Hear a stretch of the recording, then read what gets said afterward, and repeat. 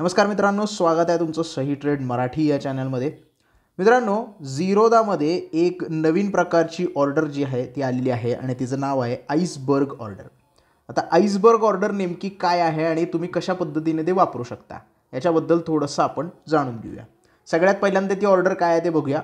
जर समजा मला TCSचा स्टॉक बाय करायचा आहे आणि इथे बाईंगमध्ये मी जातोय, तर इथे आईसबर्ग ऑर्डर लिहिलेलं आपल्याला बघायला मिळतं. आता ही आईसबर्ग ऑर्डर काय आहे आणि तुम्हाला निफ्टी 50 आणि बँक निफ्टी बाय करायसाठी कशा पद्धतीने ही सोपी पडू शकते हे मी तुम्हाला सांगणार आहे.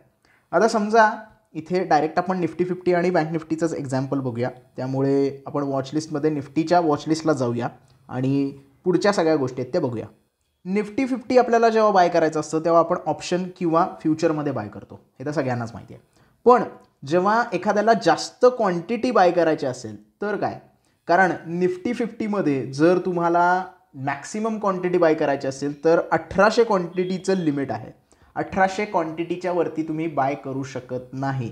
1800 क्वांटिटी म्हणजे किती होतात, साधारण 75 लॉट. समजा मला निफ्टी फ्युचर बाय करायचं आहे आणि इथे बाय करायला गेलं तर समजा इथे मी 1800 क्वांटिटी टाकले तर लॉट किती बाय होतील, 1800 क्वांटिटीचे जर तुम्ही कॅल्क्युलेशन केलं तर इथे 75 युनिट्स किंवा 75 जे आपले लॉट आहेत ते बाय होतात. आता 50चा एक लॉट साईज आहे आणि 50 गुणिले 75 केलं तर साधारण 1800पर्यंत येईल आणि त्याप्रमाणे तुम्ही बाय करू शकता.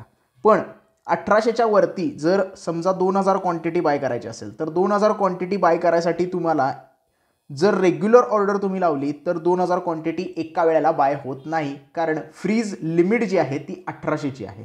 1800ची फ्रीज लिमिट आहे, त्यामुळे तुम्ही ही ऑर्डर जर लावली तर रिजेक्ट होऊन जाईल. आणि याच गोष्टीवर मात करण्यासाठी आईसबर्ग ऑर्डर ही आणलेली आहे. आता आईसबर्ग ऑर्डर काय करते की क्वांटिटी 2000ची बाय करायची आहे, मग नंबर ऑफ लेग्स किती करायचे आहेत तुम्हाला, 2 नंबर ऑफ लेग्स करायचे आहेत. म्हणजे तुमच्या ऑर्डर किती प्लेस होतील, 1000 क्वांटिटीची एक ऑर्डर प्लेस होईल आणि 1000 क्वांटिटीची दुसरी ऑर्डर प्लेस होईल. आता इथे तुम्ही नंबर ऑफ लेग 3 करू शकता, त्याप्रमाणे ते डिवाइड होऊन जाईल. 700 क्वांटिटीची एक ऑर्डर असेल, एक लेग 700 क्वांटिटीचा असेल आणि पूर्ण ऑर्डरमध्ये 3 लेगमध्ये तुमची ऑर्डर जी आहे ती एक्झिक्यूट होईल. इथे 3 वेगवेगळ्या ऑर्डर एक्झिक्यूट होणार नाहीत, एकच ऑर्डरमध्ये 3 लेग एक्झिक्यूट होतील. त्यामुळे तुम्ही जर शंका घेत असाल की प्रत्येक 700 क्वांटिटीच्या ऑर्डरमुळं मला वेगळे बाईंगचे पैसे भरावे लागतील का, तर तसं होणार नाही आहे. एकच ऑर्डर आहे, त्याच्यात 3 पार्टमध्ये तुम्ही बाय करताय, त्यामुळे तुम्हाला एकाच ऑर्डर बाईंग ऑर्डरचे पैसे इथे द्यावे लागणार आहेत. जे चार्जेसच्या बाबतीत विचार करतात त्यांच्यासाठी ही गोष्ट सांगतोय मी.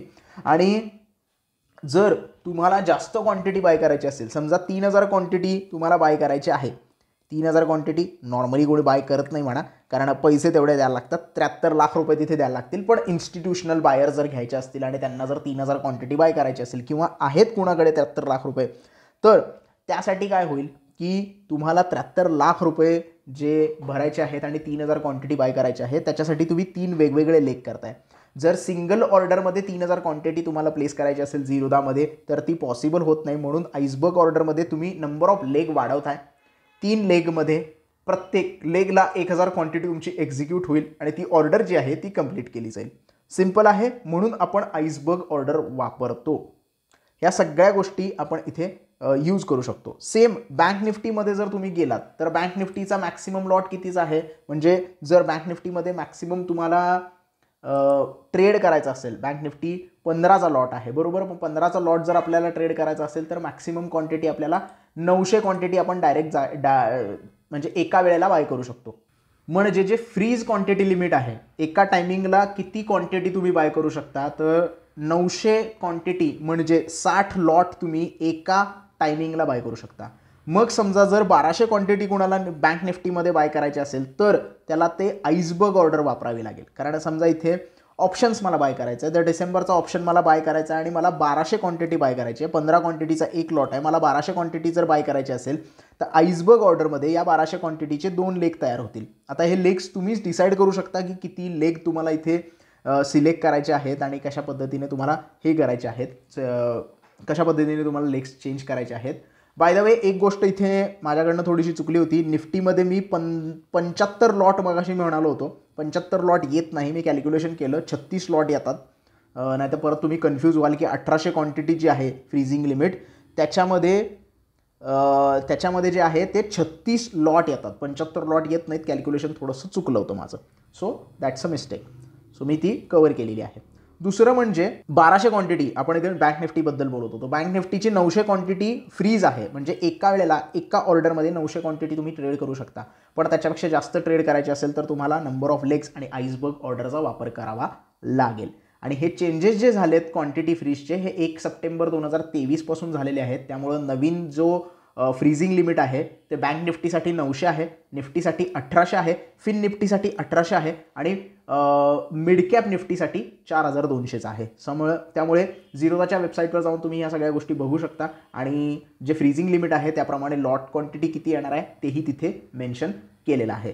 सो जर तुम्हाला एक्स्ट्रा क्वांटिटी बाय करायची असेल तर आईसबर्ग ऑर्डरचा वापर करू शकता आणि त्याप्रमाणे तुम्हाला चार्जेस जे आहेत ते इथे एकाच ऑर्डरचे पे करावे लागतील. सो हा होता व्हिडिओ आईसबर्ग ऑर्डरबद्दल. आय होप तुम्हाला आईसबर्ग ऑर्डरबद्दल सगळ्या गोष्टी व्यवस्थित कळाल्या असतील. व्हिडिओ जर आवडला असेल तर प्लीज लाईक करा, व्हिडिओला जास्तीत जास्त शेअर करा. अजून जर काही डाऊट असेल तर तुम्ही कमेंट सेक्शनमध्ये विचारू शकता आणि चॅनलला सबस्क्राईब करायला विसरू नका. धन्यवाद.